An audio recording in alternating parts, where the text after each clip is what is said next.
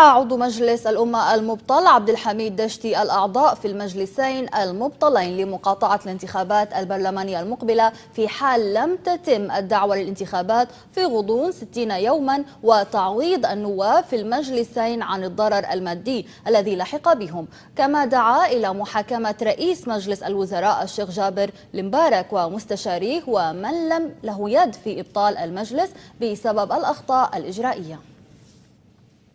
اليوم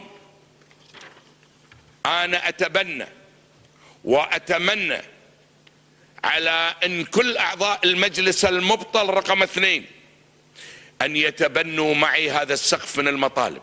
1، محاكمة المتسببين فورا، ابتداء من رئيس الوزراء ومن أعانه من الوزراء ورئيس الفتوى والتشريع ومستشاري مجلس الوزراء والديوان الأميري، وكل من كان له خط حرف بأي إجراء خلال أي مرحلة من مراحل تنظيم العملية الانتخابية أو إصدار مراسيم الضرورة ذات الصلة والعلاقة بتشكيل اللجنة الوطنية العليا للانتخابات.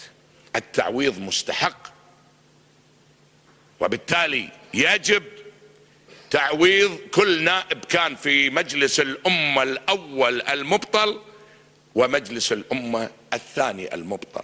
الدعوة فورا لانتخابات خلال 60 يوم وفق ما هو منصوص عليه بالمادة 107 في حال عدم تلبية المطالب السابقة، فإني أدعو نفسي والأخوة النواب في المجلسين المبطلين لمخاطبة الشعب الكويتي وقواعدهم الانتخابية بمقاطعة أي انتخابات قادمة، لأن هناك في إصرار مع سبق الترصد على أن نمضي بهذه التكتيكات وهذه الألاعيب في إرادة الأمة.